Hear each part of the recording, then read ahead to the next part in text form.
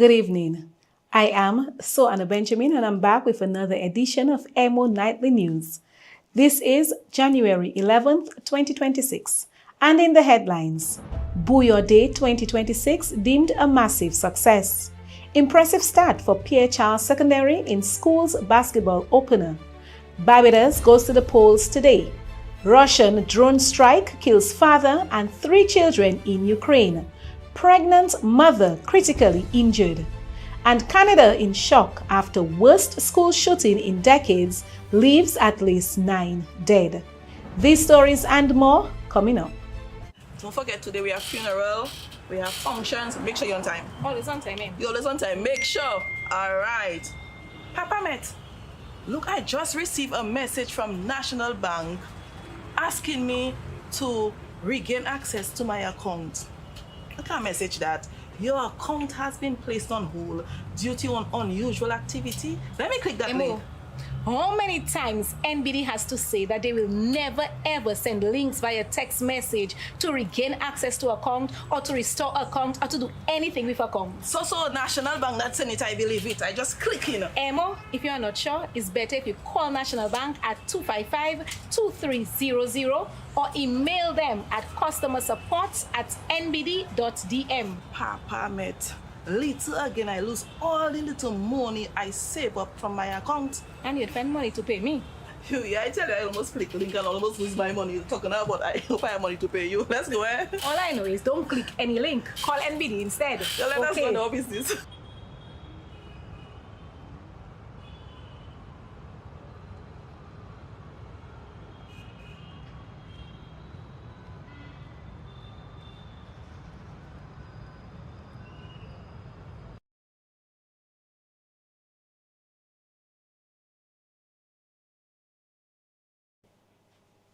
And first up in local news, the grand finale of the 2026 Stardom tent, dubbed the Stardom Monarch of the Tent, will take place tonight at the Realm.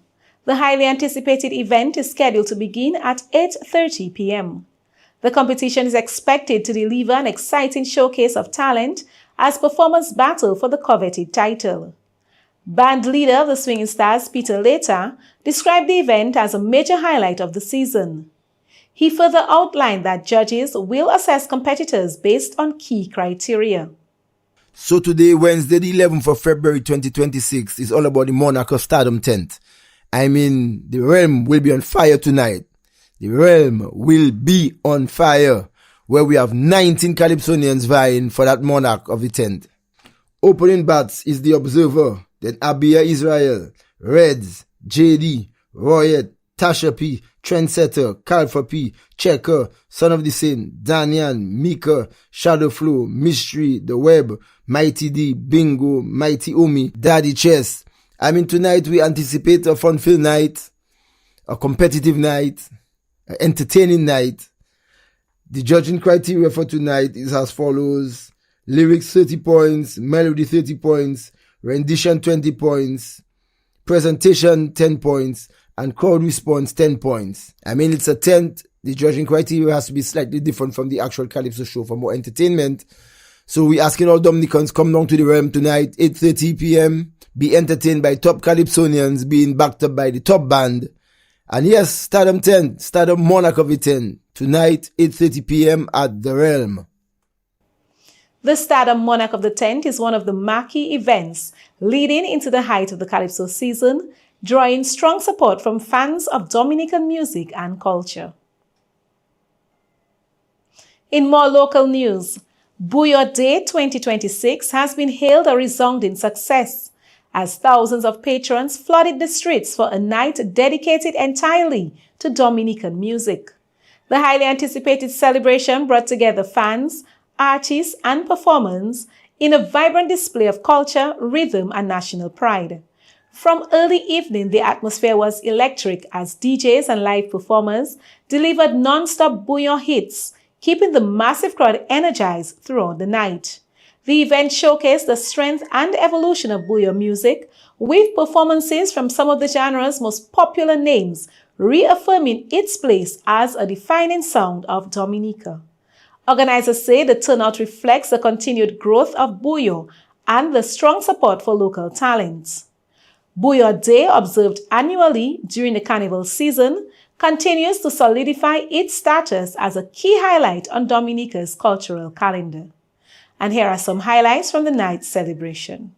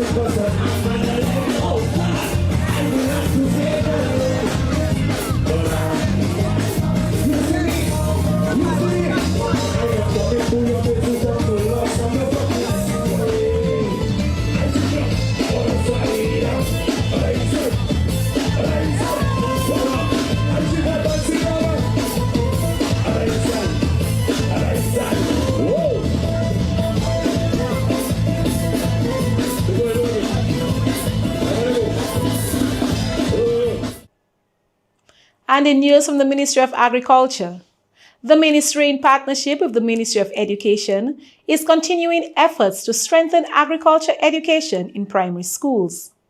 Through a series of district-based workshops, teachers are being equipped with practical, hands-on strategies to confidently deliver agriculture lessons using simple, locally relevant resources. The initiative also highlights the natural link between agriculture and subjects such as science, mathematics, language arts, and life skills. Workshops have already been held in the North, South, and East regions, engaging multiple primary schools, with the West region session scheduled for February 24th. The ministry has thanked the University of the West Indies Open Campus for providing its conference room facilities and other support. And in health news this evening, Chief Executive Officer of the Dominica-China Friendship Hospital, Honorable Kenneth Daru, says the creation of 25 new specialist doctor positions in 2025 is expected to curb the migration of doctors seeking opportunities overseas. The year under review 2025 was a meaningful and visibly progressive one for the Dominica-China Friendship Hospital. It was a year in which we strengthened clinical services, invested in resilience, build human capacity, enhance transparency, as we are doing right now, and deepened our commitment to patient-centered care. Supported throughout by the continued assistance of central government, who continues to support visibly and tangibly our efforts towards the operations and development of the Dominica-China Friendship Hospital. A particularly significant development in 2025 was the creation of 26 new specialist posts within the Ministry of Health, ensuring greater job security for our hardworking and dedicated specialist doctors, while opening new opportunities for other medical officers. Coupled with a recently approved cabinet-endorsed remuneration package, we are confident that these measures will go a long way in mitigating the perennial attrition of doctors, especially in these challenging and uncertain geopolitical times, while strengthening the morale, retention, and continuity of specialist care. Dr. Daru added that several other impactful additions were made at the hospital over the past year.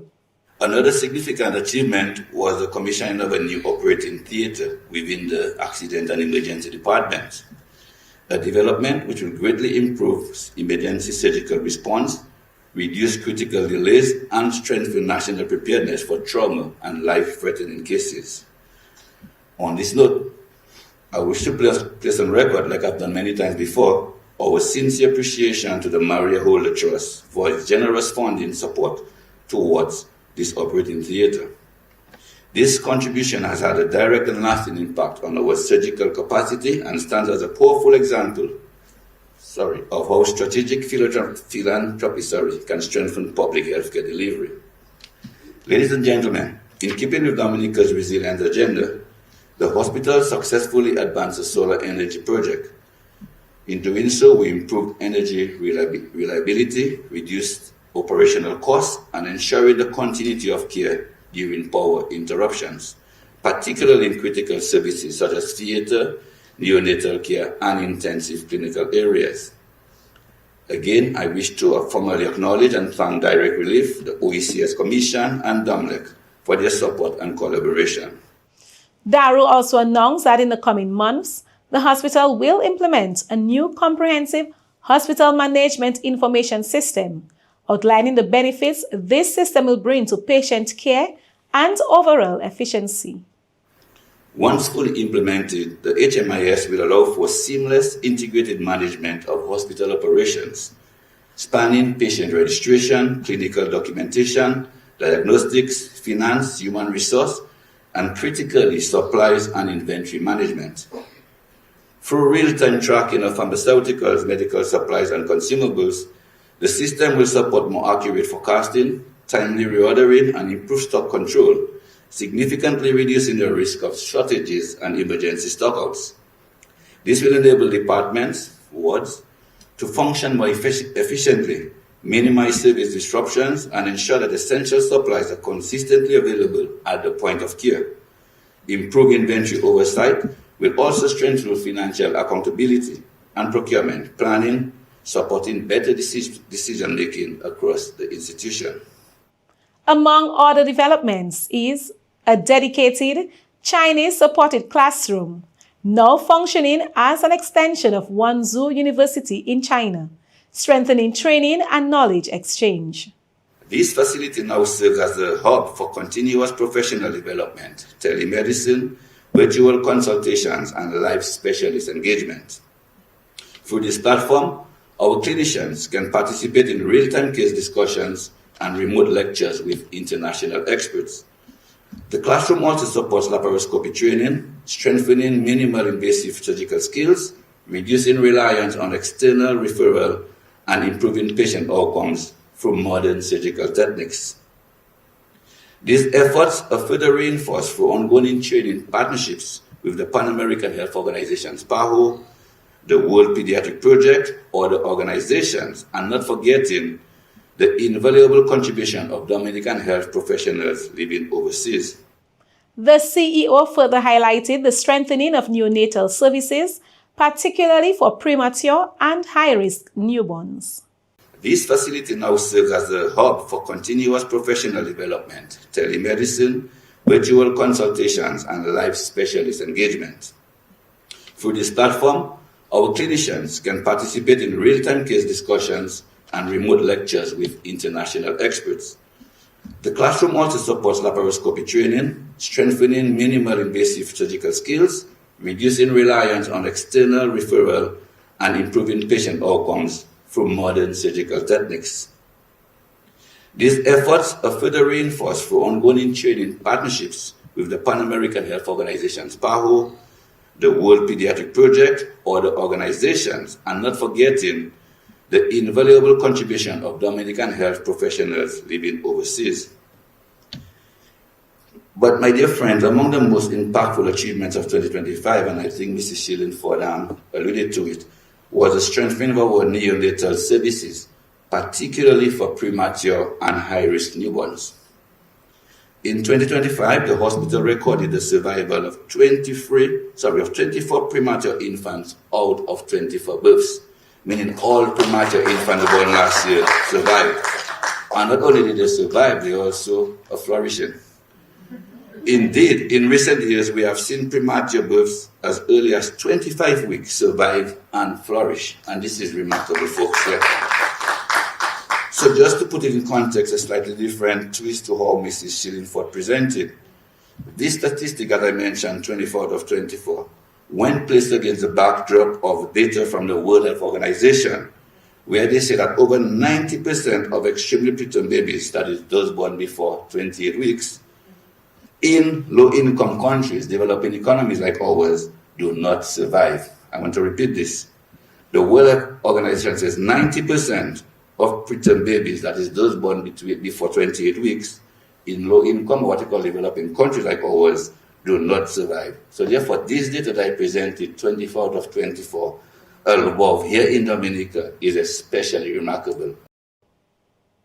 And in more local news, Prime Minister Honorable Roosevelt Skerrit says that his government is considering the establishment of an agro-processing facility in Dominica. Speaking to a group of beekeepers and pepper sauce manufacturers on Tuesday, the Prime Minister praised the efforts of the entrepreneurs, who he says have benefited from investment from his government. Dominica has locally produced sauces which meet increasingly high standards and quality, consistency and presentation. Many of these products are already on shelves locally and regionally, and some are positioning for wider export markets. Many of you have invested your own resources, taken risk, learned from setbacks, and adapted to the highest standards. But you have also benefited from targeted investment from this government and assistance, guidance and support from the Dominica Export and Import Agency to package and sell your products. Your efforts matter because they are most practical example of how agro-processing can add to the value chain, strengthen food security, and contribute to economic growth. He commended the beekeepers for their organization and structured approach to their work. The structure you have built gives government confidence. It signals readiness for expansion, investment, and targeted support. It also provides a strong platform for accessing regional and international markets where quality and consistency are essential. Both of these subsectors highlight the broader progress being made in agro-processing in Dominica. We're seeing more producers moving beyond raw agricultural output and into value-added production, something that we have been advocating for in the past few years. This shift is essential if we are to meet our targets for increased agricultural production by 2030. Government recognizes the progress you have been making and is committed to supporting it in a structured and practical way. Further, the Prime Minister acknowledged that access to infrastructure is one of the key challenges facing agro-processors and announced that his government is considering an agro-processing facility to address this issue. One of the key challenges facing agro-processors is access to appropriate infrastructure. Processing, bottling, storage, quality testing, and compliance with standards all require facilities that many small producers like you cannot reasonably develop on your own.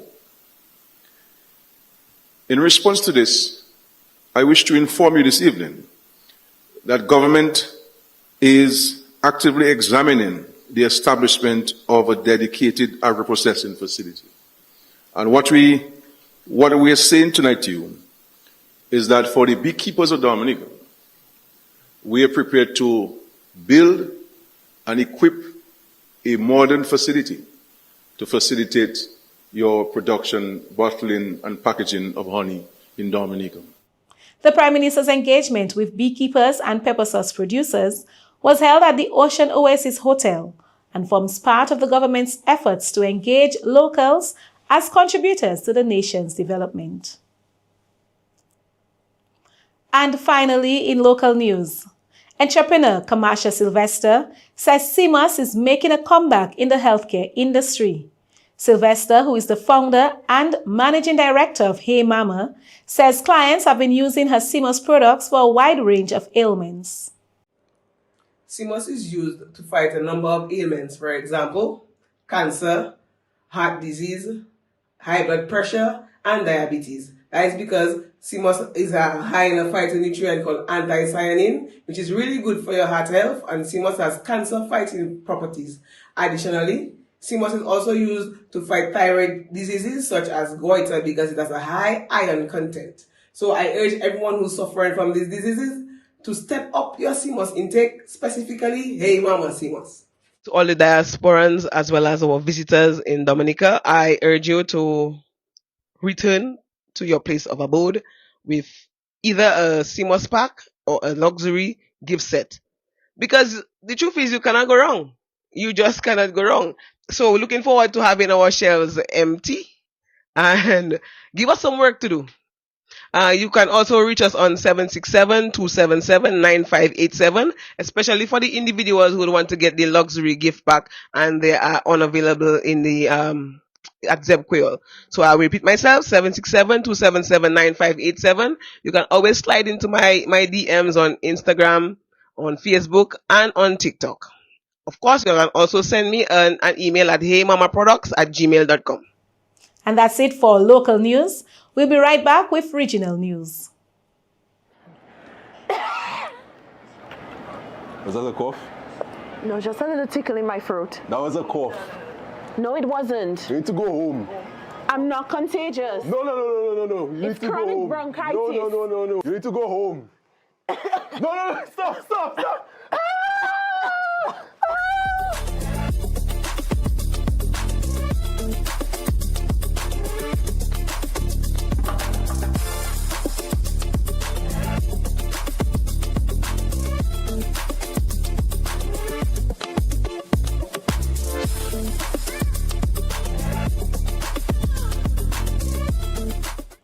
And regionally, voters across Barbados head to the polls today to cast their ballots in a pivotal national election. Polling stations opened early this morning, with electors expected to vote in constituencies across the island. The outcome will determine the composition of the next government and the direction of the country's leadership. Officials have encouraged citizens to participate in the democratic process and to adhere to electoral guidelines throughout the day. Voting is expected to continue until the designated closing time, after which ballots will be counted and results announced. Authorities are urging voters to remain orderly and patient as the electoral process unfolds. EmoNews will bring you more updates of the results in tomorrow's newscast. And finally, in regional news, Guyana's long-anticipated development bank is a step closer to becoming operational, with an initial US $100 million allocated in the 2025 national budget to launch the institution aimed at supporting small and medium-sized enterprises.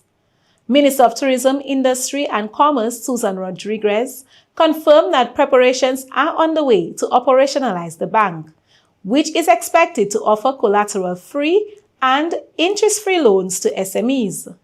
Her remarks came during Tuesday's Committee of Supply debates after WIN Member of Parliament Tabitha Sarabo-Hali questioned whether enabling legislation must first be passed before the bank can begin operations.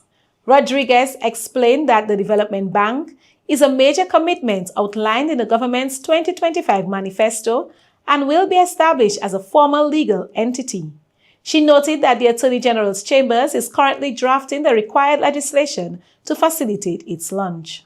The minister further revealed that the US $100 million set aside represents part of a broader US $200 million capital commitment by the government, underscoring efforts to improve access to financing and stimulate business growth across the country.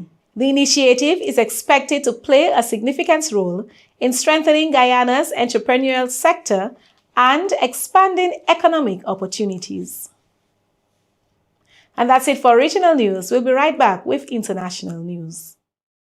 Love is in the air and on the plate at Blast Bistro. This Valentine's Day, bring your boo to our Two Hearts dinner. Grilled chicken, fish or shrimp, tasty sides and wine to set the mood. Flying solo? No worries. Our single love plate is still a whole vibe. Sip Cupid's kiss or passion and rum. Enjoy sweet bar deals and let love do the rest. Good food, great vibes, zero awkwardness. Blast Bistro, where Valentine's tastes better.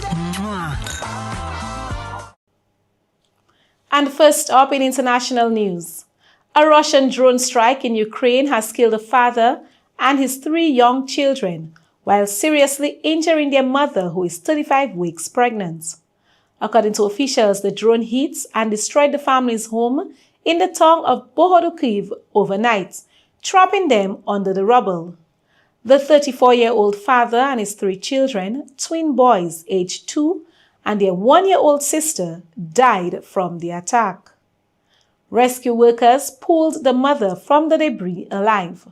Authorities said she suffered blast injuries, a traumatic brain injury, burns and hearing loss, and remains hospitalized in critical condition. Local officials have declared 3 days of mourning. Ukrainian President Zelensky condemned the attack, saying continued strikes undermine diplomatic efforts to end the war. The conflict between Russia and Ukraine has resulted in thousands of civilian deaths since it began nearly 4 years ago. And finally, in international news, 7 people were shot and killed at Tumbler Ridge Secondary School in British Columbia on Tuesday afternoon, while 2 additional victims were found dead at a nearby residence believed to be connected to the attack, police confirmed. The Royal Canadian Mounted Police said officers responded to reports of an active shooter around 1:20 p.m. 6 victims were pronounced dead at the scene, and a 7th died while being transported to the hospital. 2 others were airlifted with life-threatening injuries, and several more sustained minor injuries. The suspected gunman was found dead from an apparent self-inflicted gunshot wound. Authorities say the motive remains under investigation. Canadian Prime Minister Mark Carney described the attack as horrific and extended condolences to grieving families. Schools in the community have been closed for the remainder of the week, and trauma counselors are being deployed to support students and residents. And that's it for international news. We'll be right back with sports news. New game in town. Get ready to match 5 and you can win 10K. Let's go. Play with just $2. Match 5 numbers from 1 to 29 to win. Draws every Wednesday and Saturday at 9 p.m. It's easy, fun, and local. Match 5, your local jackpot game. Dominican National Lottery.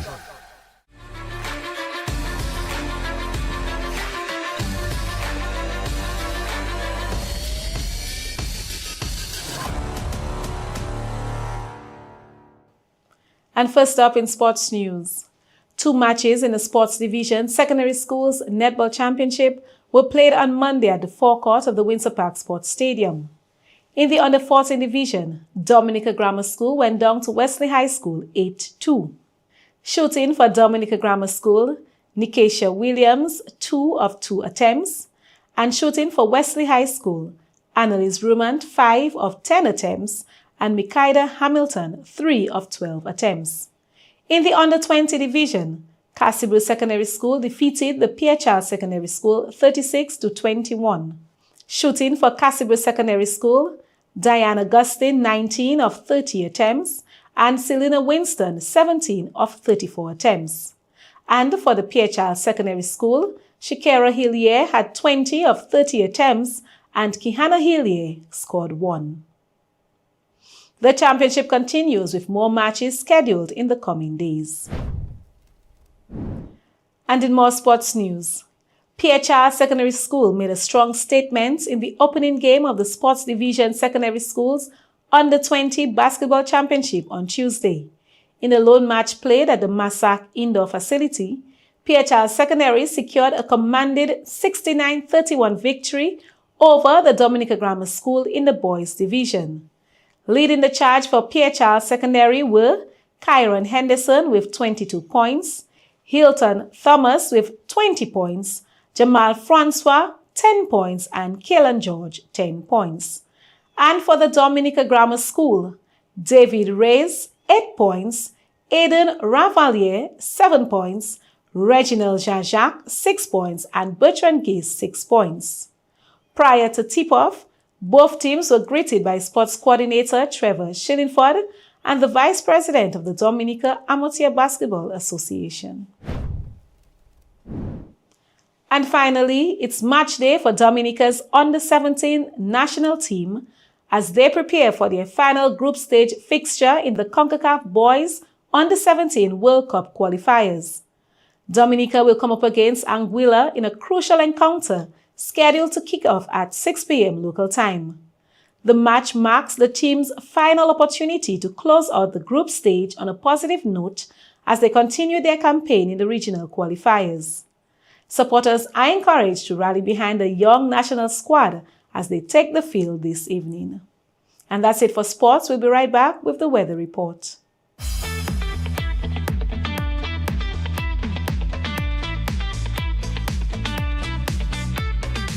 And the weather report from the Dominica Meteorological Service. A trough system will continue to affect Dominica. Expect mostly cloudy to overcast skies with scattered showers, which may be moderate at times, along with occasional gusty winds. Residents in flood and landslide-prone areas are advised to remain alert and exercise caution throughout the night. Tonight, conditions will become partly cloudy to occasionally cloudy with a few scattered showers. Winds will be east-northeast to east-southeast at 10 to 30 kilometers per hour with higher gusts. Sea conditions will be moderate with waves ranging from 1.5 to 2.5 meters or 5 to 8 feet. A high surf advisory and a small craft advisory remain in effect. Sea users and coastal residents should exercise caution, especially along the east coast, where waves may reach up to 8 feet. A gradual improvement in conditions is expected by late night into tomorrow. Stay safe and stay informed. This has been EmoNews Nightly Package for February 11th, 2026. I am your presenter, Anna Benjamin, and I'll see you tomorrow evening.